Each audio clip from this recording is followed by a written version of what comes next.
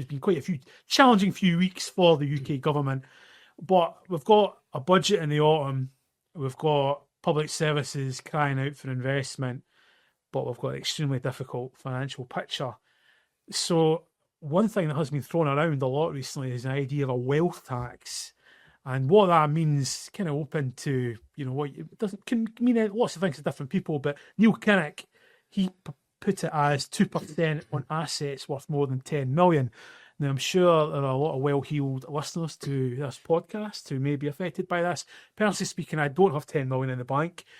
So there's, we'll see how things go. But is that wealth taxes, is that a serious, credible thing a Labour government can be doing, Mark, in 2025, do you think? I'd say it's an absolute necessity.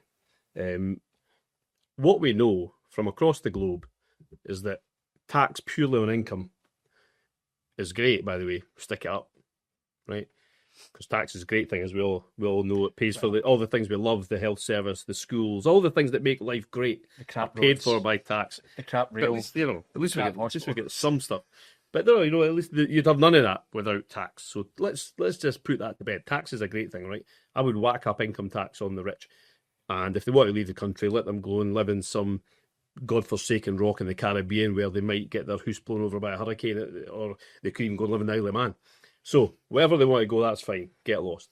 Wealth tax is great because it gets right into where the real inequality is.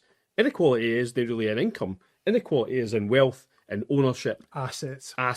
Now, if a Labour government can get to grips with that, it'll get absolutely slammed by the right-wing press, who always have a go at Labour anytime they try and nick any of their billions. But it would do more than anything else I've heard from Labour up to this point to properly address the inequality in society, which is worse than it was in Victorian times.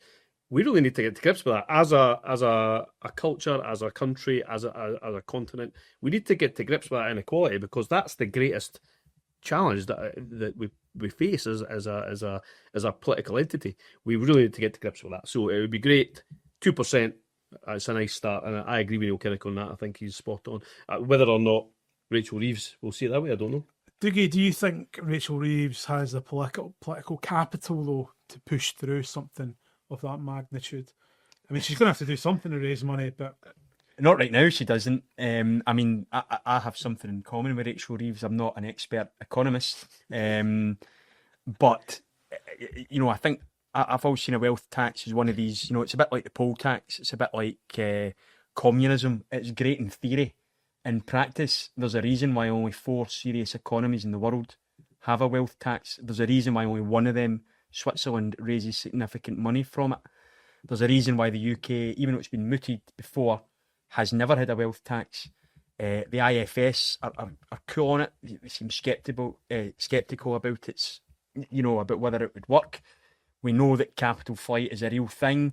We know that, there are people who are maybe asset rich but not cash rich. They may then need to, sell. Surely that would be good for the economy. If these asset rich people have to liquidise those assets to pay that tax, and that's good for the economy, because then it gets spent rather than just sitting in a bank account, which is probably offshore.